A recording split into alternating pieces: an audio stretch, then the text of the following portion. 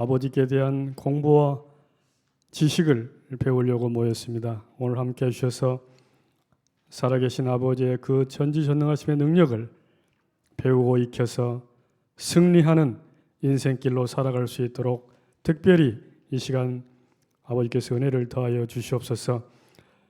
날마다 추워지는 이 계절에 우리 모든 분들의 건강함을 지켜주시고 강건함으로 보호하여 주셔서 이 땅에서도 승리하고 영원한 나라에서 아버지께 기뻐하시는 귀한 성도님 한 분 한 분 될 수 있도록 모든 선하신 복으로 함께하여 주시옵소서. 오늘 말씀을 전하시는 서우진 목사님께도 영육간의 강건함 허락하여 주시고 복된 생각과 마음으로 함께하여 주셔서 전지전능하신 아버지의 영광만을 증거하시는 귀한 목사님으로 오늘과 내일과 이 땅에 사는 날 동안까지 아버지의 영광의 능력을 드러내는 일로 크게 소망을 품고 승리하시는 목사님으로 살아갈 수 있도록 특별히 인도하여 주시옵기를 간절히 바라옵고 원하오며 그 가정에도 형통하고 형통한 아버지의 은혜의 복으로 지켜보호하여 주시옵기를 간절히 바라옵고 원하오며 주 예수 그리스도 이름 의지함으로 간절히 기도드립니다. 아멘. 감사합니다. 오늘 이제 저희가 여호수아 강의가 2번 남았는데 오늘 21장까지 하고 그리고 또 나머지 부분들 다음 주에 하려고 하는데요. 오늘은 이제 좀 땅 분배에 대한 얘기가 본격적으로 나오고 있는데 한번 여호수아 16장부터 한번 펼쳐 주시기 바랍니다.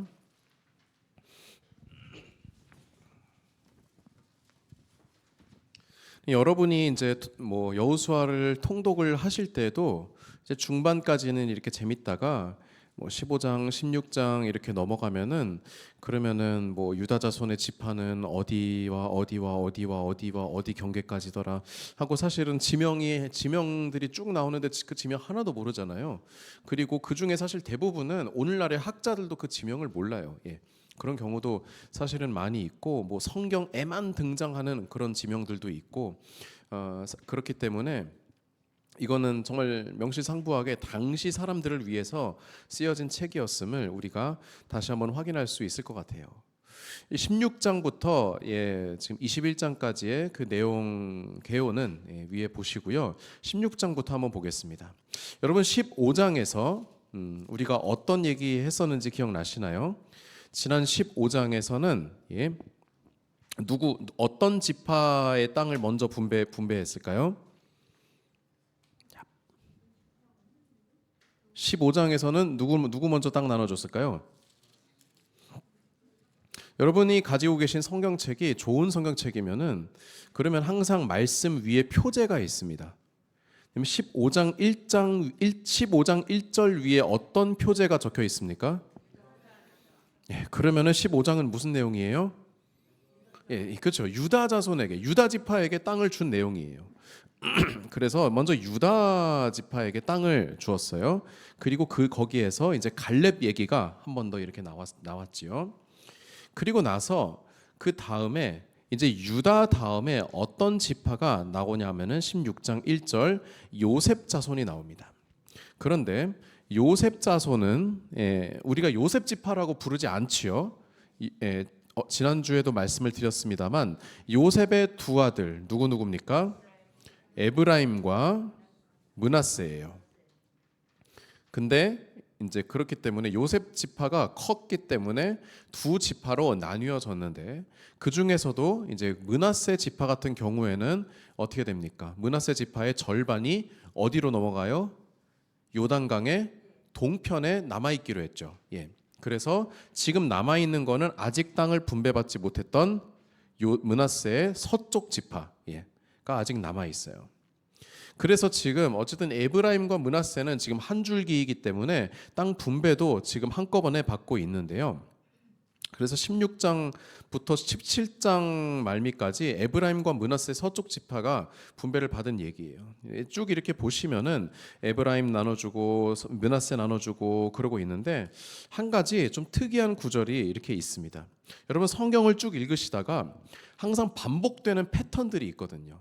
특히 오늘 우리가 읽고 있는 이 재미가 별로 없는 땅 분배 이야기는 항상 반복되는 패턴이 있어요. 여기 보면은 뭐 예를 들어서 16장 5절 에브라임 자손이 그들의 가족대로 받은 지역은 이러하니라. 그들의 기업의 경계는 동쪽으로는 뭐뭐고 서쪽으로는 뭐뭐고 동쪽 저쪽 지나고 내려가서 나아가고 서쪽 지나서. 여러분 특이한 점이 있어요, 없어요?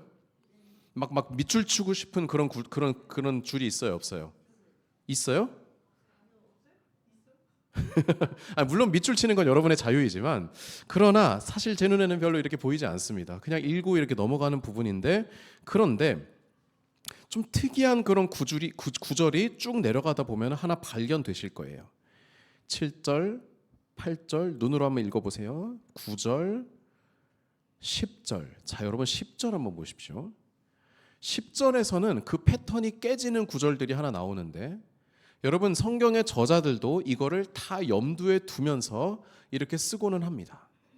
저도 설교를 할 때, 성경 공부를 할 때 익숙한 그런 용어, 아니면 대표 기도를 할 때 익숙한 얘기를 하다가 한 가지 변칙점을 이렇게 넣을 때가 있거든요.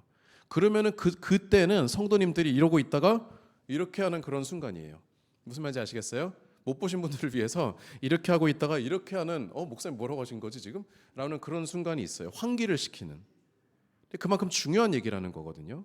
그게 바로 10절이에요. 여기서는 10절 그들이 게셀에 거주하는 가나안 족속을 쫓아내지 아니하였으므로 가나안 족속이 오늘까지 에브라임 가운데 거주하며 노역하는 종이 되니라. 자, 지금 땅을 다 나눠준 이야기입니다. 땅을 다 나누어 주었으나 에브라임 땅을 나누어 주었으나 에브라임이 땅 되는 자기들이 차지했습니다만 이 게셀의 가나안족을 쫓아내지 않아서 언제까지? 오늘까지. 적어도 이 여호수아가 쓰여졌던 지난번에 말씀드렸을 때 왕정 초기라고 이렇게 말씀드렸죠. 그 사사기의 후반부라고 보시면 되겠는데 그때까지 에브라임 가운데 이 가나안 족속이 거주하면서 대신에 이제 노역하는 종이 되었다라고 그렇게 부연 설명이 하나 있습니다. 계속 보겠습니다. 17장. 자, 17장 1절 2절 보시면은 므낫세 지파를 위하여 제비 뽑은 것은 이러하니라. 므낫세는 요셉의 장자였고 므낫세의 장자 마길은 길르앗의 아버지라. 그는 용사였기 때문에. 자, 지금 누가 용사였다는 것이죠? 마길을 얘기할 수도 있고 길르앗을 얘기할 수도 있습니다만 어쨌든 그가 용사였기 때문에 여러분 나쁜 땅을 받았겠어요? 좋은 땅을 받았겠어요? 좋은 땅을 받아야죠. 그래서 길르앗과 바산을 받았대요. 자, 여러분 길르앗과 바산은 어디냐 하면은 제가 또 이제 유려하게 이제 지도를 이렇게 그리겠습니다. 자, 요단강 어디 있습니까? 여러분 지금쯤이면 이 지도에 익숙해지실 때가 됐는데요. 자, 이게 뭐라고 했어요? 이게 요단강. 이거는 사해. 위에는 갈릴리 호수. 자, 다시 한번 위에는 아래는 요단강. 이거는 사해. 여기는 이스라엘 땅. 여기는 지중해. 자세히 보시면은 뒤에 있는 지도랑 되게 비슷해요. 그래서 그거를 여러분 확인하시면 되겠는데, 자, 지금 여기 나와 있는 길르앗과 바산은 어디냐 하면은 이 요단강 동편의 지역입니다. 뒤에 지도 한번 보십시오. 요단강 동편. 제가 지금 동그라미 친 부분이 지금 뭐라고 써져 있나요? 동쪽 므낫세라고 적혀 있죠. 이 지역을 므낫세가 지금 가지게 되었다라고 이야기를 하고 있는데 이것이 어느 정도 여기에서는 좀 힘의 논리가 있었던 것 같습니다. 그런 내막이 좀 있었던 것으로 보여지고요. 그래서 2절 므낫세의 남은 자손을 위하여, 그러니까 용사가 아니었던 므낫세의 남은 자손들을 위하여 제비를 뽑았다는 거죠. 그 남은 자손의 제비를 뽑았는데 이제 쭉 밑에 나오면서 이제 여러 사람에게 이제 땅을 분배하는 것을 보게 되는데요. 여러분 보십시오. 지금 서쪽 므낫세는 어느 쪽에 있습니까? 찾으셨나요, 지도에서? 예, 서쪽 므낫세는 대략 이 정도쯤에 있습니다. 예. 그리고 에브라임 찾으셨습니까? 예, 서쪽 므낫세 바로 아래에 에브라임이 있죠. 그래서 이쪽 요단강의 가나안 땅의 대략 중부라고 할 수 있겠습니다. 북부 내지는 중부라고 할 수 있겠는데 이 지역을 지금 요셉의 후손들이 차지하게 되었습니다. 그런데 여기에 한 가지 특이한 점이 있습니다. 또다시 뭔가 그 패턴이 깨지는 그런 곳이 있는데 바로 17장 3절에서 6절 말씀인데요. 자 보세요. 2절의 후반부부터 보면은 누구의 자손 이렇게 쭉 나오잖아요. 그런데 찾으셨습니까, 여러분? 누구의 자손 아스리엘의 자손, 세겜의 자손, 헤벨의 자손, 스미다의 자손 찾으셨습니까? 예, 그들의 가족대로 요셉의 아들 므낫세의 남자 자손들이고, 여러분 원래 일반적으로 남자라는 말을 쓸 필요가 있었을까요, 없었을까요? 보통 없어요. 예, 족보 얘기할 때 그리고 가족 얘기할 때 당시에서 여자 이름 기입합니까, 안 합니까? 안 해요. 예. 그런데 여기에 남자라고 쓴 이유는 3절 헤벨의 아들 길르앗의 손자 마길의 증손 하고 정확하게 지금 족보를 통해 밝히는데 므낫세의 현손 슬로브핫, 이 이름은 여러분이 기억하실 가치가 있습니다. 이 슬로브핫은 아들이 없고 딸뿐이다. 그래서 그 딸들의 이름은 여러분 이거 예전에 신대원 입시 때 많이 외웠었는데 말라, 노아, 호글라, 밀가, 디르사 이렇게 5딸의 이렇게 이름이 있어요. 그런데 왜 딸들이 이렇게 이름이 나올까?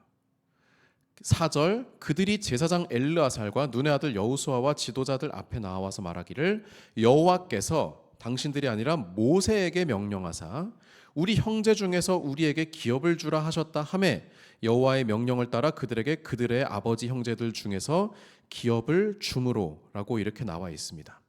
자, 여러분 이 얘기를 거슬러 올라가려면 민수기 27장을 여러분 잠깐 여기에 뭐 하나 이렇게 끈을 여기다 꽂아 놓으시고 앞에 민수기로 한번 잠깐 넘어가 보겠습니다. 민수기 27장 한번 보십시오. 여러분 슬로브핫의 이 딸들이라고 하는 이 에피소드가 사실 구약 성경에선 굉장히 독특한 그런 말씀이에요. 자, 27장 민수기 27장 1절 위에 표제 뭐라고 나와 있습니까? 슬로브핫의 딸들. 여러분 이 표제만 잘 읽어도 성경 내용이 되게 쉽게 이해가 됩니다. 자, 제가 1절 보겠습니다. 요셉의 아들 므낫세 종족들에서 므낫세의 현손 마길의 증손 길르앗의 슬로브핫의 딸들이 찾아왔으니 그 딸들의 이름은 말라, 노아, 호글라, 밀가, 디르사라. 그런데 자, 뭐라고 모세를 찾아가는데 모세가 아직 살아있을 당시입니다. 모세한테 이 딸들이 나가서 지금 얘기를 하는 거예요. 감히. 그런데 3절 우리 아버지가 광야에서 죽었으나. 자, 여러분 지금 이 시점은 광야에서 40년 동안의 그 뺑뺑이를 돌기 전입니까, 후입니까? 후예요. 후인데 아버지가 광야에서 죽었다는 거죠. 근데 여호와를 거슬러 모인 고라의 무리에 들지 아니하고, 이것은 지금 고라가 모세에게 반대를 했는데 반역을 일으키는데 거기에 포함되지는 않았다. 자기 죄로 죽었고 아들이 없나이다 하는데, 자 원래대로 하면은요 아들이 없으면은 뭐 우리나라도 예전에 그러했지만 원래 이렇게 아버지가 있고 아들이 이렇게 있는데 그리고 자녀가 있고 그리고 이제 아들과 이제 딸들이 있겠죠. 아들이 만약에 죽으면은 아버지가 여동생에게 딸들에게 상속을 원래 합니까, 하지 않습니까? 뭐 오늘날에는 사위들에게 뭐 이렇게 딸들에게 안 해주면 큰일 나죠, 요즘에는. 그런데 그 당시에는 그런 제도가 없었고 여자들은 뭐예요? 출가 외인. 그냥 그쪽으로 이렇게 포함되는 거고, 그리고 만약에 이러면 뭐 남동생에게 물려주거나 뭐 보통은 그렇게 되죠. 조카에게 물려주거나. 철저하게 이건 뭐 놀랄 일도 아닙니다. 사실은 당연한 그런 건데, 그런데 지금 이 여자들이, 이 딸들이, 딸 5명이 모세에게 나와서 뭐라고 하냐면은 4절 어찌하여 아들이 없다고 우리 아버지의 이름이 그의 종족 중에서 삭제되리이까.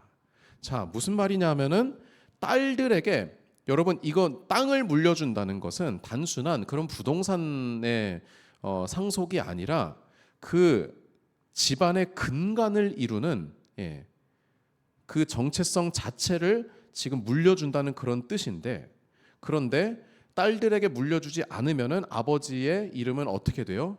말 그대로 삭제가 된다는 그런 거를 지금 얘기하는 거예요. 그래서 우리 아버지의 형제 중에서 우리에게 기업을 주소서. 우리 아버지의 형제들, 원래는 아버지의 형제들에게 그 땅이 양도되는 것이 맞는데 그거를 누구에게? 딸들에게 달라고 지금 요청을 하는 거예요. 여러분 사실 이거는 그 당시의 법도로는 굉장히 사실 말도 안 되는 그런 얘기거든요.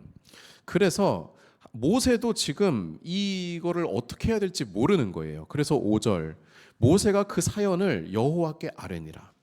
6절 여호와께서 모세에게 말씀하여 이르시되 슬로브앗의 딸들의 말이 옳으니 너는 반드시 그들의 아버지의 형제 중에서 그들에게 기업을 주어 받게 하되 그들의 아버지의 기업을 그들에게 돌릴지라. 너는 이스라엘 자손에게 말하여 이르기를, 이제 이거는 하나의 특수한 케이스가 되지만 특수한 케이스로 남기지 않고 이거를 지금 일반화, 보편화시키는 겁니다. 8절 너는 이스라엘 자손에게 말하여 이르기를 사람이 죽고 아들이 없으면 그의 기업을 그의 딸들에게 돌릴 것이요 라고 이걸 아예 하나님이 법제화를 시킵니다.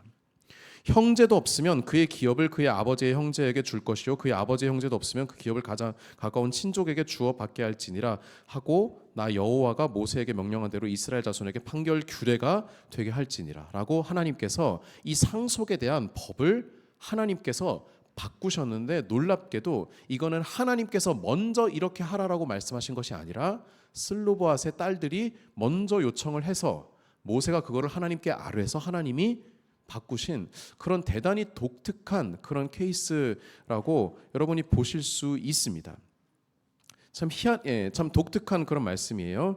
그래서 여러분 기본적으로 이스라엘이 이제 가나안 땅에 들어가서 기업을 나누어 줄 때에도 이 원칙이 적용이 되었다는 것을 여기서 보여주고, 특별히 이 법의 뭐 이반자라고 할 수 있죠. 요즘에도 우리가 뭐 국회에 어떤 법이 있으면은 그 법 자체의 이름보다는 무슨 법 이렇게 별명을 붙이잖아요. 이것이 말하자면 슬로보앗의 딸들의 법이 되는 것이죠.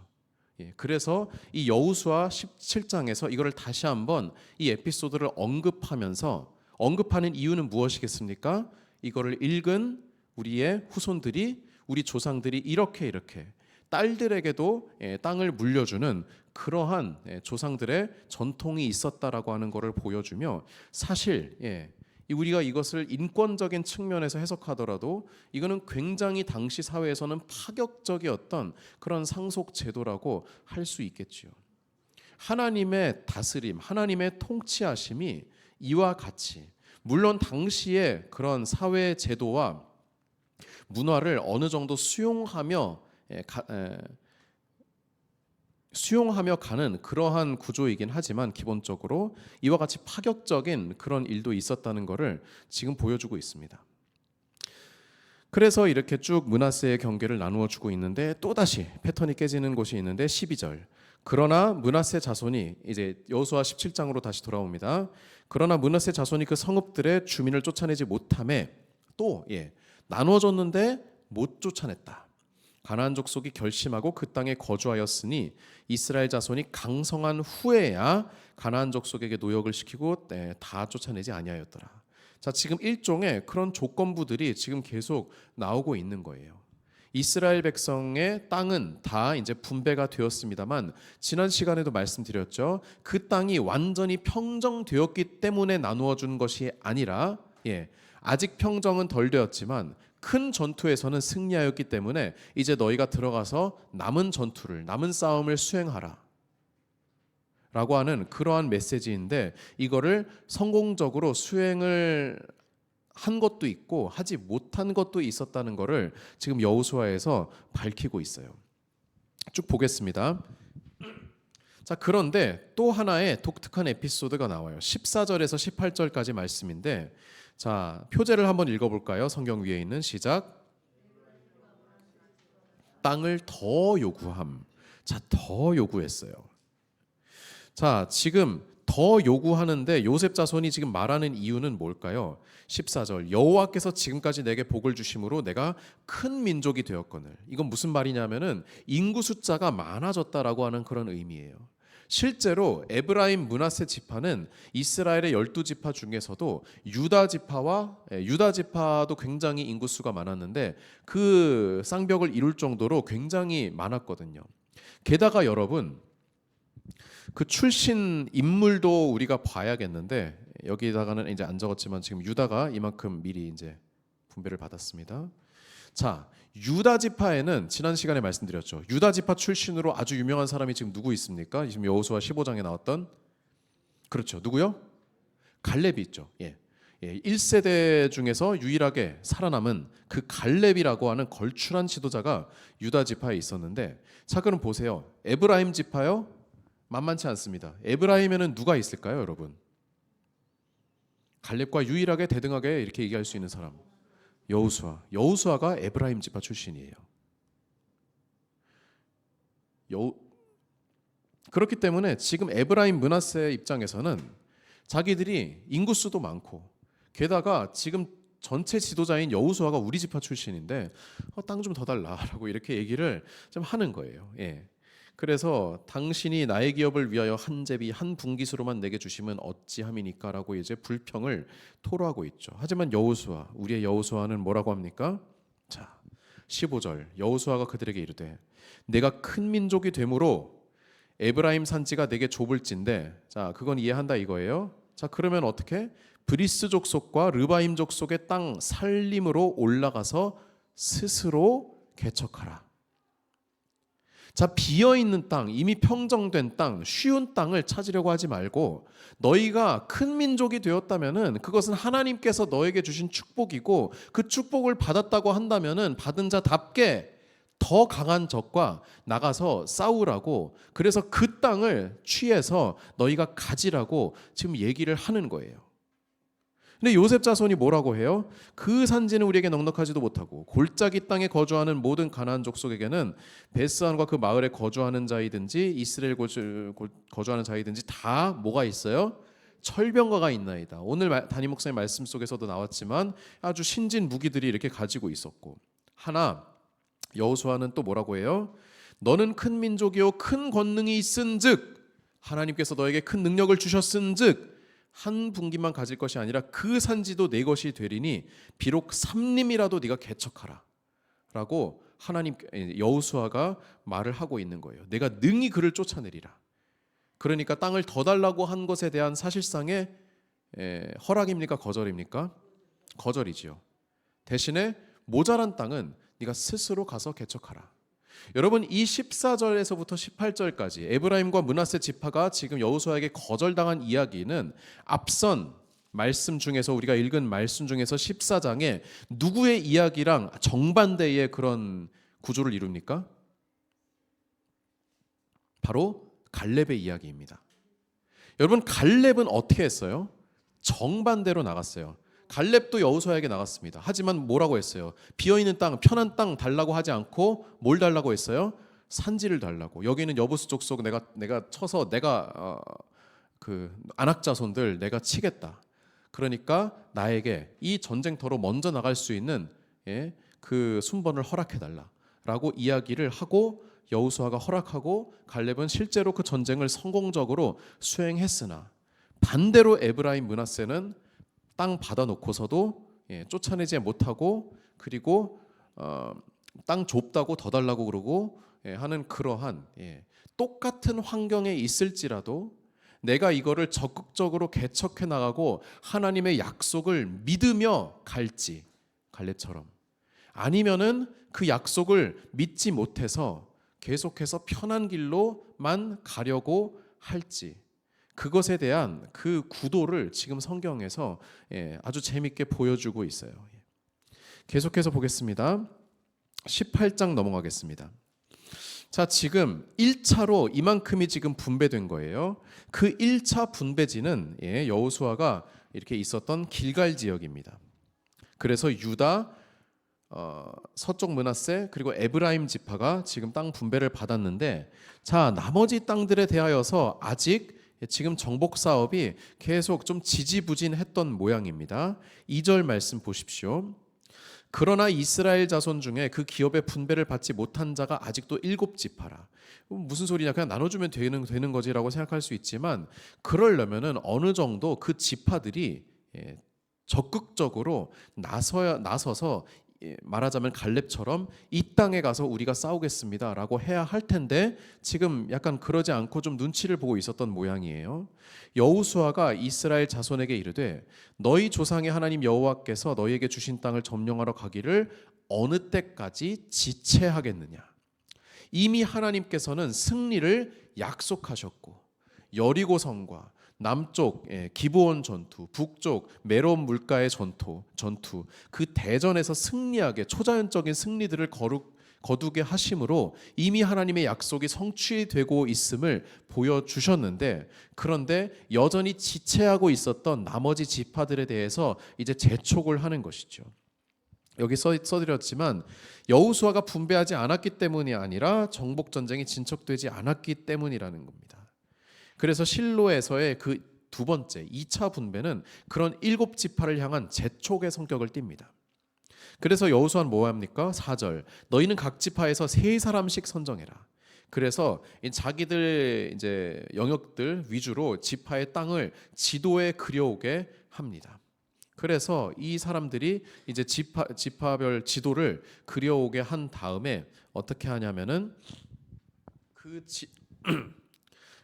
그것을 그려가지고 이제 와가지고 8절 보십시오. 그 사람들이 일어나 떠나니 여호수아가 그 땅을 그리러 가는 사람들에게 명령하여 이르되 가서 그 땅으로 두루 다니며 그것을 그려가지고 내게로 돌아오라. 내가 여기 실로의 여호와 앞에서 너희를 위하여 제비를 뽑아가지고 결정하겠다라고 그렇게 말씀을 합니다.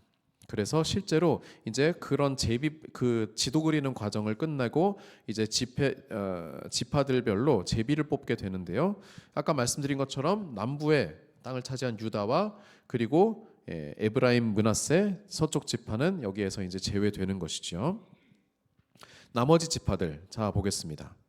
여호수아 하고 쭉 보면은 이제 11절부터 보면은 베냐민 자손의 그 기업이 나오게 되는데, 베냐민 자손은 뒤에 지도를 한번 보십시오. 베냐민 찾으셨습니까? 어디 있어요? 유다와 누구 사이? 유다와 에브라임 사이에 여기가 이제 베냐민 지파고요. 그리고 쭉쭉 여기는 뭐 이제 특별한 그런 우리가 볼만한 눈여겨 볼만한 그런 내용은 없고요. 19장 넘어가겠습니다. 자, 시므온 자손의 기업이 나오는데 시므온 자손은 되게 특이해요. 그들의 기업이 누구 자손의 기업 중에서 받은 거예요? 유다 자손. 자, 유다는요 너무 많이 받았어요. 그런데 이거는 여호수아가 유다에게 특별히 편해서 많이 준 게 아니라 유다는 갈렙이 어떻게 굉장히 활발하게 정복 전쟁을 했기 때문에, 그러니까 땅을 다 차지하고 다 쫓아냈는데 지금 그래도 남는 땅이 있는 거예요. 그래서 이 시므온 같은 경우에는 이제 약간 좀 굴욕적이죠 사실. 그러니까 지금 약간 새빵살이를 시작하게 됩니다. 그래서 시므온 지파의 땅은 이렇게 유다 안쪽에 아주 독특하게 유다 지파 안에서 이렇게 나와 있어요. 9절 말씀 뒷부분에 보면은 유다 자손의 분깃이 자기들에게 너무 많으므로 시므온 자손이 자기의 기업을 그들의 기업 중에서 받음이었더라. 이제 덤으로 이렇게 받은 것이죠. 그 다음에 스불론 자손의 기업. 스불론은 이쪽 이제 북쪽에 이제 오게 되고, 그리고 일일이 다 그리진 않겠습니다. 이사갈 자손의 기업, 아셀 자손, 납달리 자손, 단 자손의 기업이 이렇게 쭉쭉 나갑니다. 그래서 특별한 변곡점 없이 이렇게 쭉 나가는데, 한 곳에 아주 특별한 그런 말씀이 있습니다. 그것은 바로 47절의 말씀이에요. 단 자손의 기업인데 이 말씀 한번 보십시오. 47절. 그런데 자, 지금 땅 분배하다가 그런데라는 말이 나왔다는 거는 이거는 집중해서 읽어야 된다라고 하는 그런 사인입니다. 그런데 뭐라고 했습니까? 47절. 단 자손의 경계는 더욱 확장되었으니 이는 단 자손이 올라가서 레셈과 싸워 그것을 점령하고 칼날로 치고 거주하였습니다. 그들의 조상 단의 이름을 따라서 레셈을 단이라고 하였더라. 자, 뒤에 있는 지도 한번 보십시오. 자, 여러분 단 찾으셨습니까? 아래쪽에 있는 단 한번 찾아보십시오. 찾으셨어요? 어디에 있나요? 누구 옆에 있어요?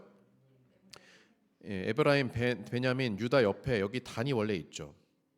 그런데 지금 단 자손의 경계가 확장되었다고 했어요. 단 또 찾으십시오 한번. 단이 또 하나 있습니다. 어디에 있어요? 이건 약간 숨은 그림 찾기가 되는데, 그렇죠, 꼭대기에. 자, 위에 보면은 이사갈, 스불론, 아셀, 납달리하고 이렇게 좀 미안한 말이지만 군소 네 지파가 이렇게 있어요. 그리고 맨 위에 뭐가 있어요? 단이 또 있어요. 자, 아주 특이한 그런 구조입니다. 지금 뭐랄까요? 약간 부천 쪽에 집을 사고 나서 지금 동두천 쪽으로 이렇게 옆집으로 이사 간다고 해놓고 동두천으로 가는 약간 그런 케이스인데요. 자, 지금 보시면은 단 자손의 경계가 확장되었다. 여러분, 확장되었다는 거는 좋은 거예요, 나쁜 거예요? 좋은 거죠. 그래서 올라가서 레셈과 싸워. 그러니까 여기가 올라갔으니까 여기로 올라간 거죠. 레셈, 원래 여기 이름이 레셈이었다는 거예요. 싸워서 그 이름을 뭘로 바꿨어요? 단이라고 이름을 바꿔서 졸지의 단은 땅이 두 개가 된 것처럼 그렇게 여기에서 묘사를 했는데요. 굉장히 특이하게 이것을 똑같은 말씀을 사사기 1장, 여기 또 하나 줄을 이렇게 끈을 여기에다가 집어넣어 주시고 사사기 1장 한번 가보겠습니다. 사사기 1장 34절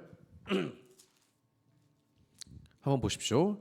자, 완전히 딴 얘기가 나옵니다.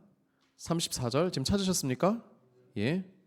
자, 한번 34절 다 같이 읽겠습니다. 시작. 아모리 족속이 단 자손을 산지로 몰아넣고 골짜기에 내려오기를 용납하지 아니하였으며 라고 나와 있어요. 자, 지금 단 자손이 원래 받은 땅에서 지금 정착을 했다는 거예요, 못했다는 거예요? 못했다는 거예요. 산지로 몰아넣고 골짜기에 내려오기를 용납하지 아니하였다. 그러니까 아모리 족속에게 지금 밀렸다라고 하는 얘기죠. 그래서 결심하고 헤레스 산과 아얄론과 사알빔에 거주하였더니 요셉 가문의 힘이 강성함에 아모리 족속이 마침내 노역을 하였으며. 자, 지금 아모리 족속을 쫓아낸 거는 단이에요, 아니면 요셉 가문이에요?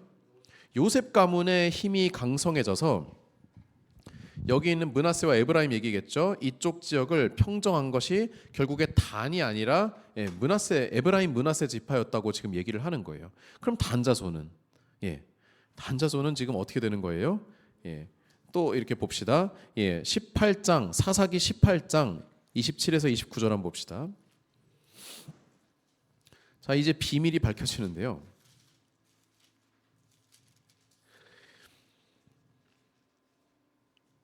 자, 사사기 18장 부분은 이제 미가라고 하는 개인이 자기 집에 뭐 제사 이렇게 그 우상 만들어 가지고 제사 지내고 스스로 제사장이 되고 하는 그런 얘기인데요.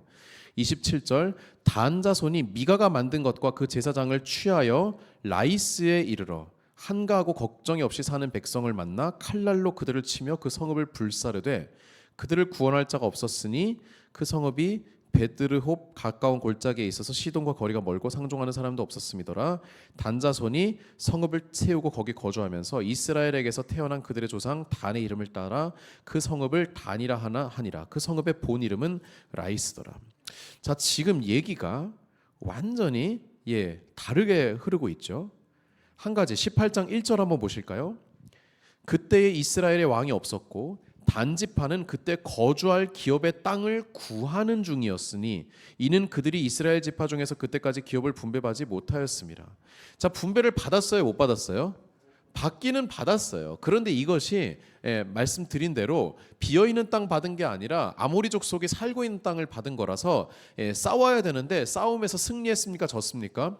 졌어요. 밀렸어요. 그래가지고 이 땅은 안 되겠다 싶어가지고 어디 비어있는 땅 없나라고 이렇게 쭉 올라가가지고 야 여기 비어있네. 여기 좀 만만하네 하고 참 특이한 표현이 18장 27절에 보면은 이 성읍에 가서 한가하고 걱정 없이 사는 백성을 만나 칼날로 그들을 쳤다. 자, 한가하고 걱정 없이 사는 백성을 만나 칼날로 그들을 쳤고 그 성읍을 불살랐다. 자, 이것을 쓴 사람은 지금 그러니까 단 편을 드는 거예요? 아니면 여기 원래 살던 라이스 편을 드는 거예요? 사사기에 지금 이 구절을 쓴 사람은 라이스 편을 든 것처럼 느껴지지 않습니까? 그럼 나쁜 놈은 누구예요 지금? 단이 나쁜 놈처럼 느껴지잖아요. 한가하고 걱정 없이 사는 사람을 이렇게 쳤다니까. 예. 자, 그러니까 지금 독특한 게 똑같이 단이 여기에 거주 못하고 북쪽으로 올라가서 산 거를 여호수아에서는 이거를 확장되었다라고 표현했으나 지금 사사기에서는 쫓겨나 가지고 여기를 무단 침입해서 무단 점거를 했다라고 그렇게 이야기를 하고 있는 거예요. 자, 이게 참 관점에 따라서 한 사건이 어떻게 해석되느냐를 성경에서 찾아볼 수 있는 아주 독특한 그런 구조인데, 자, 그럼 여러분이 생각했을 때 여호수아 쪽의 기술이 맞는 것 같아요? 아니면 사사기 쪽의 기술이 맞는 것 같아요? 그냥 여러분 개인적으로는 지금 눈에는 다 사사기라고 지금 써주시는 것 같은데, 예. 그렇죠. 사실은 좀 그렇잖아요. 예. 그런데 단 자손의 이주가 여호수아에서는 긍정적으로 지금 기록이 되었다는 거예요. 자, 그럼 이걸 가지고 여러분 우리가 이 말씀을 읽으면서 시험을 받아야 될까요? 예, 시험 받지 마세요, 여러분. 예. 제가 누차 말씀드리지만 성경은 그 당시 사람들에게 읽으라고 1차적으로 만들어진 책이에요. 그렇기 때문에 이 여호수아에서 제일 중요한 거는 제가 계속 말씀드리지만 하나님의 약속이라고 말씀드렸습니다. 그러면 쓰는 사람 입장에서 이 약속에 관련된 것, 제일 중요한 중심 주제인 약속과 관련된 내용들 중에서, 사건들 중에서 이 약속이 근데 무슨 약속이에요? 하나님께서 이 땅을 너희에게 주시겠다. 너희가 대신에 이제 순종하면은. 예. 그런데 사실은 단지파 입장에선 순종 못 해가지고 그래서 땅을 못 받은 거죠. 누구 잘못이에요? 하나님 잘못이에요? 단 잘못이에요?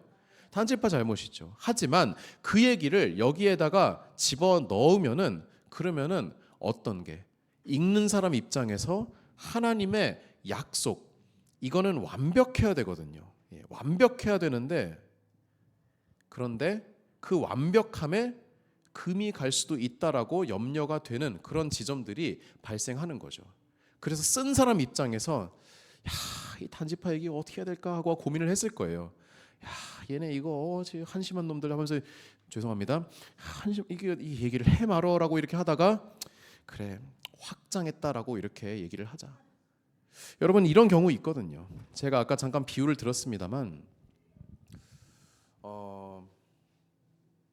좀 이게 지역 실명을 거론할 수 있어서 조금 조심스러운데, 여러분 서울에서 계속 살다가 지방으로 이사를 가면은요, 지방 그것도 이제 뭐 엄청 신도시 이런 데 말고 조금 이제 촌 같은 지방으로 가면은 주위에서 보통 그 사람 어떻게 봅니까? 잘 돼서 나간 걸로 봐요? 아니면은 뭔가 어려움이 있었구나라고 봅니까? 어려움이 있었다라고 보죠. 그런데 거기에서 또 더 촌으로 갔어요. 그럼 어떻게 돼요? 더 어려움이 있었구나라고 이렇게 생각을 하잖아요. 예. 뭐 사실은 어떻든 간에. 그런데 그거를 예를 들어서 주보에 기록해야 돼요. 예. 그러니까 주보에 이제 이제 영암교회 같은 경우에는 그런 경우가 이제 별로 사실은 많지 않기 때문에 그런 게 없었는데, 제가 이전에 좀 경기도에서 사역을 했었거든요. 그런데 거기에서는 그런 경우가 되게 많았어요. 예.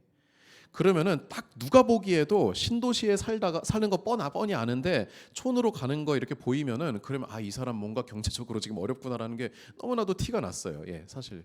그래서 이제 주보 광고할 때 누구 집사님 어디로 이사 가셨습니다 한 다음에 이게 약간의 그런 관용 어구가 됐는데, 딱 한 다음에 좋은 일로 이사 가신 줄 믿습니다라고 이렇게 항상 그렇게 붙였어요. 그냥 모든 사람들 간에. 여러분 그게 지금도 말씀하신 것처럼 좋은 일이든 안 좋은 일이든 사실 뭐 실상을 우리가 모르더라도 그냥 그렇게 이렇게 믿고 싶은 거잖아요. 그리고 거기 가서 또 좋게 되면은 더 좋은 거고, 예. 그런 긍정적으로 어떻게 보면 되게 목회적인 그런 입장에서 얘기를 한다면은 단자손이 일로 이주에 간 것도 우리가 어느 정도 좋게 해석할 수가 있어요. 예. 야, 그래 아무리 족속은 그래 너무 좀 체급이 안 맞았다고 치자. 여기에서 열심히 신앙생활하고 그렇게 살으렴라고 이렇게 하는 입장, 그런 차원에서 여호수아의 저자가 여기에 이렇게 좋게 기록한 것으로 우리가 이해를 하면 됩니다. 하지만 그 실상을 냉정하게 보면은 사실 사사기의 기술이 더 정확하고 이렇게 단지파가 쫓겨나서 이 평화롭게 살던 이 라이스 사람들, 이제 레셈이라고도 여기 나와 있습니다만, 여호수아엔 레셈이라고 나와 있고 사사기엔 라이스라고 나와 있습니다. 같은 곳입니다. 근데 거기를 쳐서 쳐서 없앴다는 거는 사실은 이거는 좀 도덕적으로 윤리적으로 좀 상당히 아쉬운 부분이고, 그리고 하나님께서 보시기에 좋은 일은 아니었다라고 하는 걸 우리가 기억하면서 좀 이 말씀을 볼 필요가 있습니다. 자, 여호수아의 기본적인 기조는 순종, 승리의 기조고 사사기는 불순종과 패배의 기조이기 때문에 이 분위기가 완전히 다르다는 것을 우리가 기억했으면 좋겠어요. 자, 그리고 쭉쭉 나가서 이제 마지막 여호수아에게도 기업이 주어집니다. 에브라임 산지의 딥낫세라라고 하는 곳을 여호수아에게 줍니다. 자, 넘어가겠습니다. 20장 도피성 얘기입니다. 자, 지금 도피성 옆에 제가 별표를 그려놨는데 20장 2절에 보면은 이스라엘 자손에게 말하여 이르기를 내가 모세를 통하여 너희에게 말한 도피성들을 너희를 위하여 정하여. 자, 그러니까 이건 지금 하나님께서 여호수아에게 말씀하신 거예요? 아니면 그 이전에 모세에게 말씀하신 거예요? 모세에게 말씀하신 겁니다. 도피성 얘기. 그런데 여러분 도피성 얘기가 여기만 나오는 게 아니에요. 당연히 민수기 35장 9절부터 28절 아주 상세하게 도피성에 대한 제도 소개가 나와 있고요. 신명기 4장 말씀에는 자, 요단 동편의 도피성들이 실제로 지정된 것들이 소개가 되고 있습니다. 왜겠습니까? 자, 도피성은 모두 여러분 몇 개일까요? 도피성? 여기 밑에 보면 나와 있지만 도피성은 총 몇 개일까요? 성경 퀴즈입니다. 한 몇 줄 밑으로 가면은 다 답이 나와 있어요. 도피성이 몇 개일까요? 예? 자, 그냥 이렇게 읽어드리겠습니다. 자, 도피성 6성읍은 레위인 48성회 중에서 선별됨. 그리고 맨 밑에 보시면은 좀 애매할 수 있겠네요, 이게. 자, 갈릴리 게데스, 세겜, 기랴다르바, 베셀, 길르앗 라못, 바산 골란. 총 몇 개입니까? 6개입니다. 도피성은 6개예요. 그런데 이 중에서 갈릴리 동편에 있었던 도피성은 몇 개일까요? 3개입니다. 여기 나온 것처럼 베셀, 길르앗 라못, 그리고 바산 골란. 총 3개의 도피성이 있고, 그럼 요단 서편에는 몇 개 있겠어요? 역시 3개의 도피성이 있습니다. 자, 지금 신명기에서 요단 동쪽 편의 도피성이 먼저 지금 지정된 이유는 당연합니다. 그것은 이스라엘 백성이 요단 동편을 먼저 점령했기 때문에 거기에 미리 도피성 3개를 이렇게 박아 놓은 겁니다. 지정을 해 놓은 거고요. 이제 요단강 서편도 이제 정리가 됐을 때 여기에도 하나, 둘, 셋, 3개의 도피성을 지금 둔 거예요.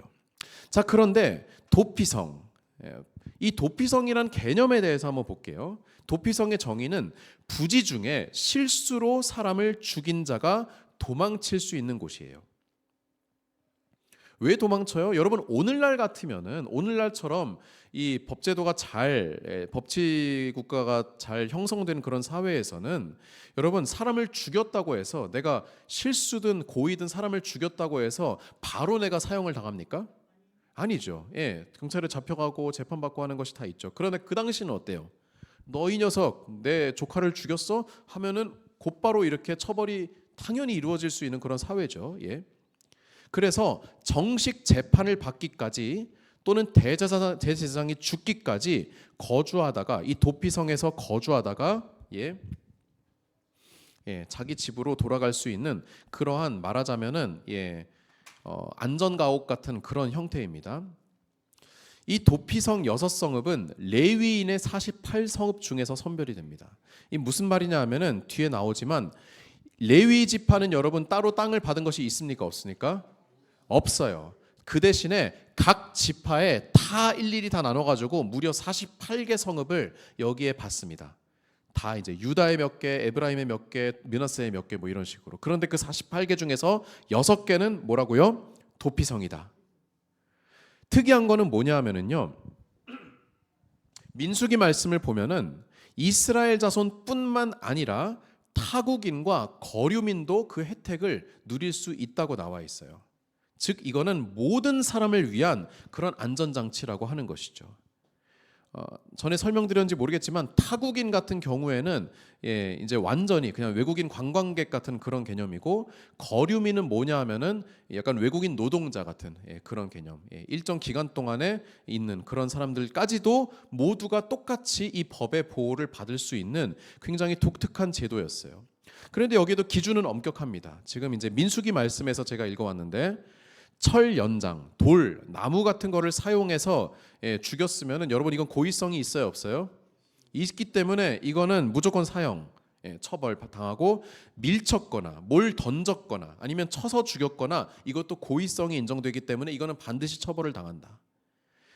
그거는 도피성이고 뭐고 그거는 해결해 줄 수 없다라고 하는 그런 사법의 확실함은 가지고 있되, 그러나 부지 중에 진짜로 그런 거 있지 않습니까? 도끼질하고 있는데 갑자기 도끼가 날아가가지고 여기에 맞아가지고 뭐 그런 어이가 없지만 그런 일이 얼마든지 있을 수 있지 않겠습니까? 그럴 경우에 어쨌든 죽인 사람이 누구예요? 나잖아요. 그러면 너 어떻게 감히 하고 이렇게 죽임을 당할 수 있는, 보복을 당할 수 있는 억울한 사람들에게 이 도피성이 마련되어 있는 거예요. 한 가지 특이한 경우는 뭐냐 하면은 도피성에는 경계가 있습니다. 뭐 사방 뭐 몇 규빗 뭐 이런 경계가 있는데, 그 경계 안에 있으면은 이 사람은 법의 보호를 받지만 이 사람이 그만 이 경계를 나서 버리면은 그러면은 또 죽임을 당해도 할 말이 없는 거예요. 법을 보호를 못 받는 거예요. 자, 여러분 이 도피성 같은 경우에 대표적인 여호수아에서에 나타나는 예수 그리스도를 예표하는 장치라고 신학자들은 말을 합니다. 무슨 말입니까? 우리 주님은 강한 성루, 그곳에 달려간 자는 안전하리. 도피성은 뭐냐 하면은 여러분 사실 도피성에 들어가야지만 살 수 있는, 부지 중에 죄를 범한 그런 사람은 다름 아닌 저와 여러분이거든요. 여러분 우리는 사실 솔직하게 말하면은 그냥 숨만 쉬어도 죄를 짓는 그런 사람들 아닙니까? 죄송합니다. 제가 세례교육 할 때도 항상 얘기하지만 우리는 지금까지 수많은 죄를 지어왔고, 지금 현재도 죄를 짓고 있을지도 모르고, 앞으로 미래에 죄를 지을 가능성이 대단히 높은 그런 사람들이에요. 그런 사람들에게 그런 사람인 우리가 율법에 의하여서 벌을 받으면은 우리는 처벌을 받을 수밖에 없습니다.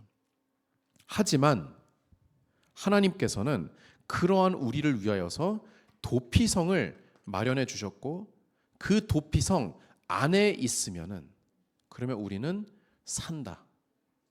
언제까지?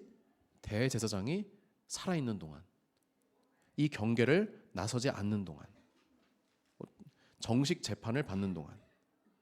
이 모든 것들이 뭐 더 얘기하자면 훨씬 더 많이 얘기할 수 있는데, 어쨌든 이 도피성은 대표적으로 구약에 나타난 예수 그리스도로 인한 값없는 구원을 예표하는 하나의 장치가 된다는 것.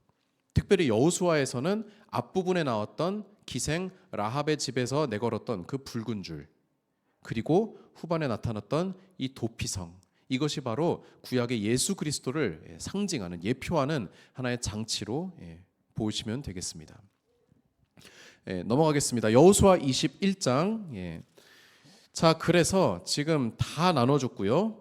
지금 어떻게 다 나눠줬습니다. 그리고 마지막 21장, 아직 땅을 받지 못한 유일한 한 지파 누구입니까? 레위 지파입니다. 자, 이 레위 지파를 위하여서는 쭉 이 지도가 사실은 그거를 나타내고 있는데요. 자, 레위 지파에도 지금 반계가 있습니다. 그 반계를 설명하자면은 레위 지파에는 세 개의 반계가 있는데, 그것이 바로 누구냐면은 죄송합니다.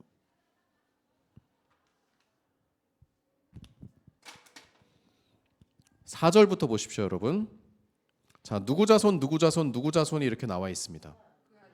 예, 그앗 자손이 나와 있고, 예, 쭉 보시면은 게르손 자손이 나옵니다. 그리고 마지막 7절에 므라리 자손이 나옵니다. 예. 예. 자, 그앗 자손, 게르손 자손, 그리고 므라리 자손. 이렇게 세 개의 반계가 있어서 레위기를 보게 되면은 이 세 반계에 따라서 하는 일들이 다 달라요. 예. 이들이 맡은 역할이 또 다 달라요. 예. 그런데 이 그앗 자손을 위하여서는 지금 여기 다 나와 있는 그 중에서도 아론의 자손들, 아론의 자손들은 하나 더 이제 좀 특별하게 대제사장 가문으로 이렇게 좀 나온 것이죠. 쭉 4개의 파트를 나누어서 아론 자손을 위해서는 유다, 시몬, 베냐민 중에서 성읍을 주고 13개의 성읍을 남부 쪽에 주고요. 그앗 자손을 위해서는 에브라임, 단, 므낫세 중부의 10성읍을 주고요. 게르손 자손을 위해서는 이사갈, 납달리, 아셀 동쪽 므낫세 북쪽에 13개의 성읍을 주고, 므라리 자손을 위해서는 르우벤, 갓, 스불론 동쪽에 12성읍을 주었습니다. 자, 그것이 이 지도예요. 예. 그런데 여러분 보시면은 지금 어디 한 곳에 몰려 있습니까? 아니면은 좀 균등하게 나눠져 있습니까? 상당히 균등하게, 억지로 이렇게 했다는 그런 생각이 들 정도로 굉장히 균등하게 나누었어요. 사실 여러분 레위 지파 입장에서는 그래도 우리가 따로 땅은 받지 않았어도 좀 어느 정도 좀 이렇게 모여 사는 것이 좋지 않겠습니까? 지금 이거는 레위 지파를 전국 방방곡곡에 지금 다 분포시킨 거예요. 왜겠습니까? 이유가 있기 때문이에요. 그 이유는 바로 레위 지파들이 그런 특수성 때문인데, 이 레위 지파가 여러분 어떤 특수성을 가지고 있습니까? 레위 지파는 기본적으로 성전에서, 성막에서 하나님께 제사를 드리는 데 필요한 그러한 노동력을 제공해 주는 그런 이들이었고요. 그러면서 하나님의 말씀을, 율법을 가장 가까이에서 접하고 그 율법을 나중에는 배워서 익히고 가르치는 역할까지 합니다. 출애굽기에서의 레위 지파는 기본적으로 제사의 사역을 위주로 했고요. 그리고 구약이 이제 율법이 점점 이제 정교화되면서 이 레위 지파의 역할은 율법 교사의 역할을 하게 돼요. 그래서 우리가 나중에 에스라, 느헤미야 같은 그런 말씀을 보면은 에스라가 앞에서 이제 대성회를 할 때, 장막절 집회를 할 때 에스라가 앞에서 말씀을 쫙 읽어주면은 에스라의 목소리가 끝까지 안 가잖아요. 그러면 옆에 있었던 그런 레위 지파들이 에스라의 말씀을 복명복창합니다. 쫙 이렇게 얘기해서 뒤에까지 들리게 하고, 또 중간중간에 또 레위 지파들이 다 한 명씩 꽂혀 있어요. 그 사람들이 주위에서, 요즘식으로 말하면 소그룹을 만들어 가지고 뭘 해요? 또 말씀을 전하는, 그런 말씀이 쫙쫙 이어지는 그러한 시스템을 만들어 나가요. 그리고 레위 지파가 했던 또 다른 일은 이제 제사장의 역할이었기 때문에 예배만 지도했던 것이 아니라 기본적으로 일부분의 그런 사법 행위라든가, 왜냐하면은 율법이 곧 법이었잖아요. 그렇기 때문에 율법을 알아야지 법 집행을 할 수 있기 때문에 사법에도 어느 정도 관여를 했고, 그리고 치료, 이제 과거에는 그런 종교인들이 의사 역할도 이렇게 같이 했었고, 뭐 구약에도 보면은 이제 나병 환자가 제사장에게 가서 보이라라고 이렇게 얘기를 하면은 뭐 우슬초로 씻기고 뭐 이런 역할들, 그런 다양한 역할들을 했습니다.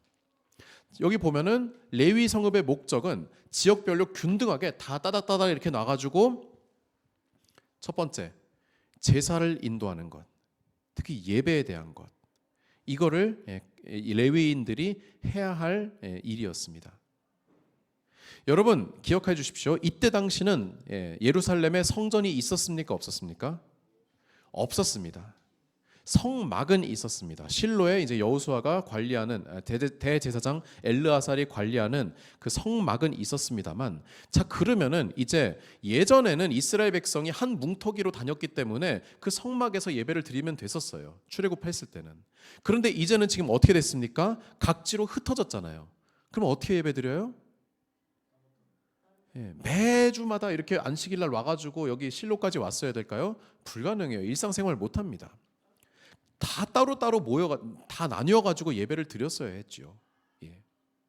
그렇기 때문에 예배를 드리는 장소들이 형성이 됐었어야 되는 건데 그 장소를 어떻게 보면은 제공해 주고 그리고 지금 레위 자손이 없으면 예배를 드릴 수 있어요, 없어요? 드리기가 뭐 드리려면 드릴 수 있지만 어떻게 드려야 되는지 제사 어떻게 하는 거였더라? 그 화목제 어떻게 하는 거였더라? 그거 잘 모르잖아요. 일반 우리도 잘 모르지만 그러면 그거를 알려주는 것이 또 누구의 역할이에요? 레위 사람들의 역할이에요.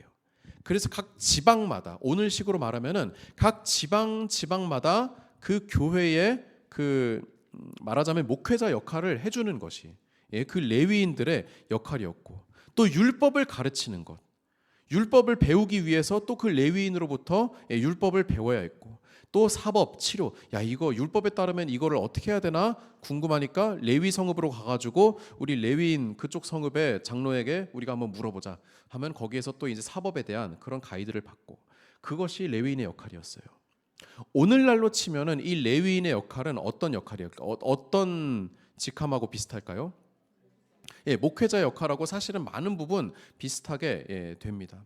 그렇기 때문에 사실 41절, 42절에 강조된 것이 뭐냐 하면은 레위 사람들이 이스라엘 자손의 기업 중에서 받은 성읍은 48성읍이다. 그런데 그 목초지 그리고 그 목초지다.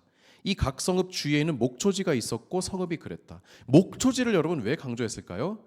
여러분 목초지는 생계와 관련된 부분이에요. 성읍만 가지고는 생산활동 못합니다. 그 주변에 거기에다가 양도 치고 염소도 치고 해야지만 그거를 가지고 제사도 드리고 그거를 가지고 먹고 살고 하는 거예요. 그러니까 경제적인 기반을 레위인들이 보장을 받도록 이렇게 된 거예요. 그런데 안타깝지만 여러분 그래서 죄송합니다. 조금만 더 진행하겠습니다. 레위 원래 하나님의 계획은 그렇기 때문에 여기에 나와 있는 지도처럼 훈련받은 레위인들이 각 지방으로 가서 거기에서 이스라엘 백성에게 율법을 가르치며 예배를 드리며 거기에서 하나님을 경배하게 하고 민족 공동체를 이루는 것이 하나님의 뜻이었어요. 하나님께서 예루살렘에 성전 지으라고 하셨어요? 안 하셨어요? 여러분 하나님께서는 성전 지으라는 얘기를 한 번도 하신 적이 없으세요. 그건 다윗이 자기의 소망을 하나님께 아뢰은 거예요. 원래 하나님의 계획은 각지에서 자율적으로 예배가 드려지고 오늘식으로 말하면은 각 소그룹에서 각 구역에서 예배를 드리고 그 구역장이 훈련을 받고 소그룹 리더가 훈련을 받고 목회자를 통해서 말씀을 듣고 그 말씀을 또 구역원들에게 전하면서 같이 큐티를 하고 같이 삶을 나누고 기도하고 그래서 그 사람들이 또 나가서 전도를 하고 이웃에게 복음을 전하고 빛과 소금의 삶을 살아내는 그런 것이 가장 이상적인 형태였으나 그러나 안타깝게도 이 시스템이 오래가지 못하고 붕괴가 되기 시작하는 것이 이제 사사기의 말씀이지요. 그래서 레위인들은 경제적인 기반이 일단 무너졌습니다. 각 지파에서 레위인에게 주었던 그 성읍들을 몰수해 가기 시작하고 그리고 목초지에서 살아갈 수 없게 이렇게 만들기 시작을 했습니다.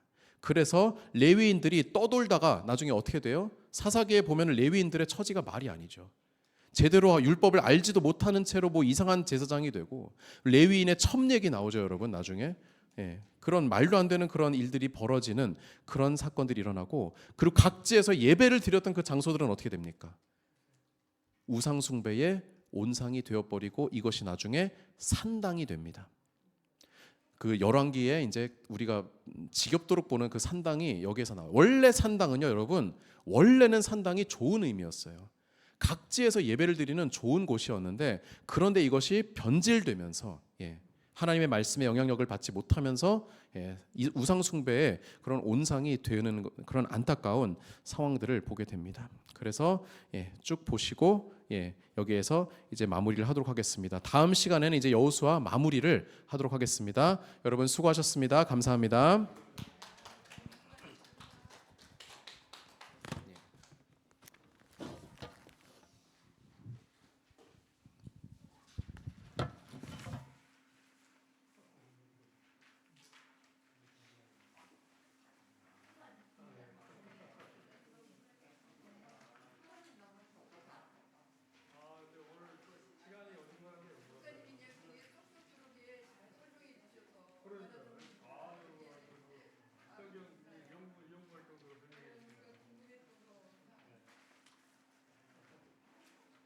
저기 한번